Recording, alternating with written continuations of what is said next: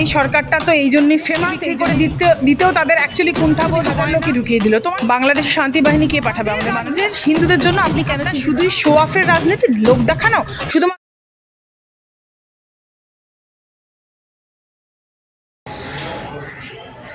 একদিকে বাংলাদেশের সংখ্যালঘু হিন্দুরা সনাতন ধর্ম নিয়ে কোণঠাসা, সেই সময়ই রাজ্যের ওয়াকফ বিল নিয়ে তৃণমূল বিধায়ক বিস্ফোরক মন্তব্য প্রকাশ করলেন। নামাজ পড়লেই মিলতে পারে ওয়াকফ সম্পত্তি, কি বলবেন এই বিষয়ে? নমস্কার, জয় শ্রীরাম। বেসিক্যালি ডেফিনেটলি যে কথাটা উনি বলেছেন, এতদিন এদের এটাই ফান্ডা ছিল এবং এই সরকারটা তো এই জন্যই ফেমাস, এই জন্যই বিখ্যাত যে কীভাবে মানে পার্টিকুলার একটা জনগোষ্ঠীকে তোষণ করে ভোটের রাজনীতিতে টিকে থাকা যায়। তার জন্য, সেটা রক্ষার জন্য, গদিটাকে দখল করে রাখার জন্য তারা এই ধরনের কমেন্ট অবশ্যই করবে। দেশকে বিক্রি করে দিতেও তাদের অ্যাকচুয়ালি কুণ্ঠাবোধ হয় না কোনো রকমভাবেই।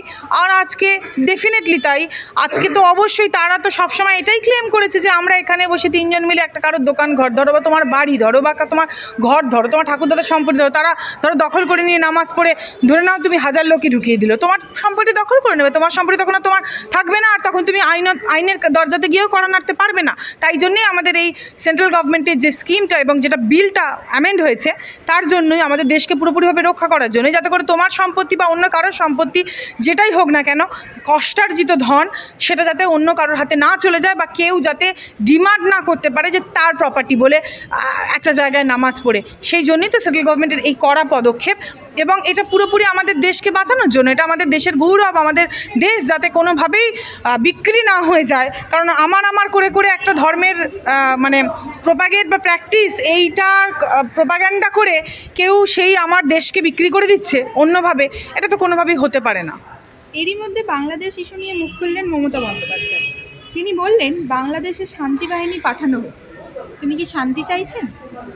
বাংলাদেশের শান্তি বাহিনী কে পাঠাবে? আমাদের মাননীয়, মানে মাননীয় বলছেন পাঠাবেন? পাঠানো হোক। পাঠানো হোক কাকে বলেছেন? উনি বলছেন যে এটা সেন্ট্রালকে আবেদন করছেন, যেটা পাঠানো। হ্যাঁ, সেটা কি উনি প্রেস কনফারেন্স করে বলেছেন নাকি? মানে আমি জাস্ট প্রশ্নটা জিজ্ঞেস করছি। প্রেস কনফারেন্স করে বলেছেন? আচ্ছা, তাহলে উনি বাংলাদেশের শান্তি বাহিনীর জন্য উনি যে বলছেন, তাহলে বাংলাদেশের হিন্দুদের জন্য উনি খুব চিন্তিত। তাহলে আমি তো এটাই প্রশ্ন করব যে তাহলে আমাদের রাজ্যের হিন্দুদের জন্য আপনি কেন চিন্তিত নন? আমাদের রাজ্যে বেলডাঙাতে এই এপ্রিল মাসে রামনবমীর সময় যে ঘটনা ঘটলো, আজকেও যে ঘটনা চলছে, এইগুলোর জন্য আপনি কেন চিন্তিত নন? আমাদের রাজাবাজারে যে ঘটনা ঘটেছে সেগুলোর জন্য আপনি কেন চিন্তিত নন? এটা কি আপনার শুধুই শো অফের রাজনীতি, লোক দেখানো, শুধুমাত্র ক্ষমতা মানে লোভী হয়ে?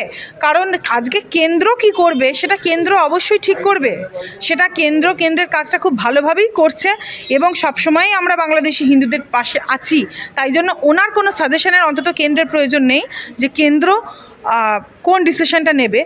বেটার ওনার জন্য এটা হয় যে আমাদের রাজ্যের আজকে যে অবস্থা, অভয়ার ঘটনা তো যাক মানুষের মন থেকে তো খুব সুন্দরভাবেই ভুলিয়ে দেওয়া হয়েছে, বিভিন্ন ধরনের কমিউনাল রায়াটস লাগিয়ে, বিভিন্ন ধরনের কাণ্ড কারখানা ঘটিয়ে মানে ভালো যাচ্ছেন উনি, দারুণ ক্যারি ফরওয়ার্ড করছেন। এইভাবে তো উনি ক্ষমতার শিরোমণিতে বসেই আছেন এবং তো বোঝাই যাচ্ছে যে আগামী দিনেও উনি খুব সুন্দরভাবেই এইসব গেমগুলো খেলে ক্ষমতা শিরোমণি ধরে রাখবেন। আর কি হবে?